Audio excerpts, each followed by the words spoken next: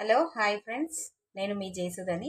ఈరోజు రెసిపీ వచ్చేసి ఆలు కాలీఫ్లవర్ బఠానీ వేసి నేను సింపుల్గా ఈరోజు అయితే కర్రీ ప్రిపేర్ చేసినాను.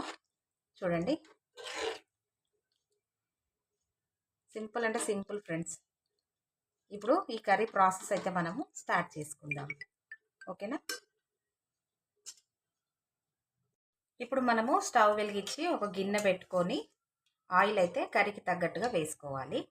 ఓకేనా? బఠానీ, కాలీఫ్లవర్, ఆలుగడ్డ, సో ఇవి వేసి మనము కర్రీ ప్రిపేర్ చేస్తున్నాం కదా, కొంచెం ఆయిల్ అయితే మనం ఎక్కువనే వేసుకోవాలి. నేను 5 స్పూన్స్ అయితే వేస్తున్నాను. ఆయిల్ కూడా కొంచెం హీట్ అవ్వాలి. ఇప్పుడు ఆయిల్ అయితే మంచిగా హీట్ అయ్యింది. సో నేనైతే 2 ఆనియన్స్ కట్ చేసి పెట్టుకున్నాను కదా, ఇప్పుడు ఇవి వేసుకుంటాను. ఆనియన్స్ మంచిగా మనం ఫ్రై అయితే చేసుకోవాలి. ఇప్పుడు చూడండి, ఆనియన్స్ అయితే ఇట్లా మంచిగా ఫ్రై అయితే అయినాయి.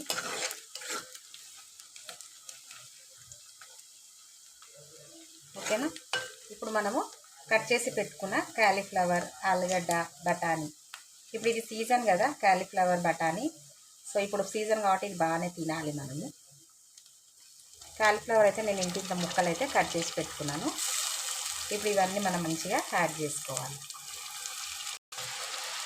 యాడ్ చేసుకున్నాం కదా, ఇప్పుడు ఇవన్నీ ఒకసారి మంచిగా ఇట్లా మిక్స్ చేసుకోవాలి. మిక్స్ చేసుకొని ఫ్లేమ్ అనేది మీడియంగా పెట్టుకొని మనం ఈ కూరగాయలన్నీ ఆయిల్లో కొద్దిసేపు అయితే ఫ్రై అయితే చేసుకోవాలి.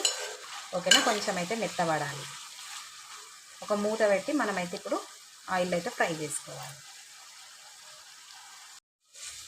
ఇప్పుడు చూడండి, ఆయిల్ అయితే ఫ్రై అవుతున్నాయి కదా, ఒకసారి అంతా మిక్స్ చేసుకుందాము. ఇప్పుడు పచ్చి బఠానీ సీజన్ కదా, సో ఇప్పుడు మంచిగా ఇది దొరుకుతుంది కాబట్టి మంచిగా యూజ్ చేసుకోవచ్చు. లైక్ బగారా రైస్లో, వెజిటేబుల్ రైస్, ఎందులో అయినా వాడచ్చు. నేనైతే 2 టమాటాలు కట్ చేసుకున్నాను కదా, ఇవి కూడా యాడ్ చేసుకుంటున్నాను. వీటితో పాటు ఇది కూడా మంచిగా ఉడుకుతుందని,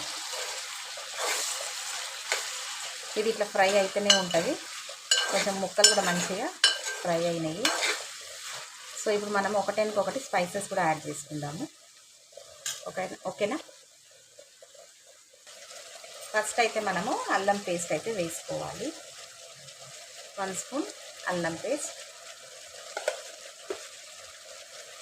నెక్స్ట్ పసుపు,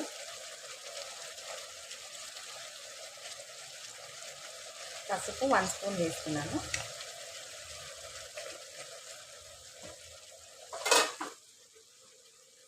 నెక్స్ట్ సాల్ట్ మీ కర్రీకి తగ్గట్టుగా వేసుకోండి. నేనైతే 2 స్పూన్స్ వేస్తున్నాను. కారం కూడా మీ టేస్ట్కి తగ్గట్టుగానే వేసుకోండి.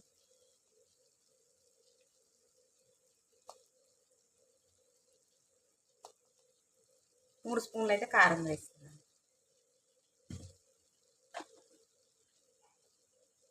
నెక్స్ట్ ధనియాల పొడి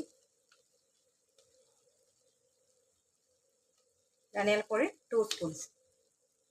ఇప్పుడు ఇవన్నీ వేసుకున్నాం కదా, మంచిగా కలుపుకొని ఇంకొంచెం సేపు అయితే ఆయిల్లోనే ఫ్రై అయితే చేసుకోవాలి. కొంచెం టమాటాలు కూడా మెత్తపడాలి కదా, అందుకని.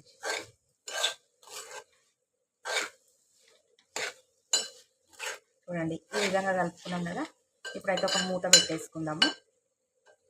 ఓకేనా? ఇంకొంచెం మెత్తపడుతుంది.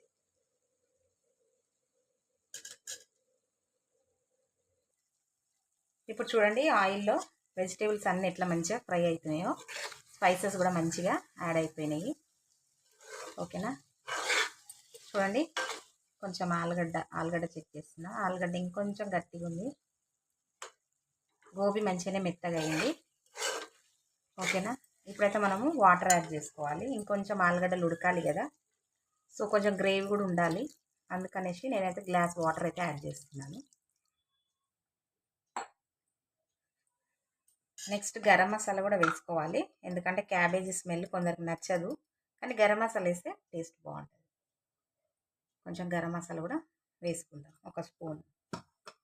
ఇప్పుడు ఇదంతా మంచిగా మిక్స్ చేసుకొని కంప్లీట్గా కర్రీ అయితే ఉడికించుకోవాలి. ఓకేనా?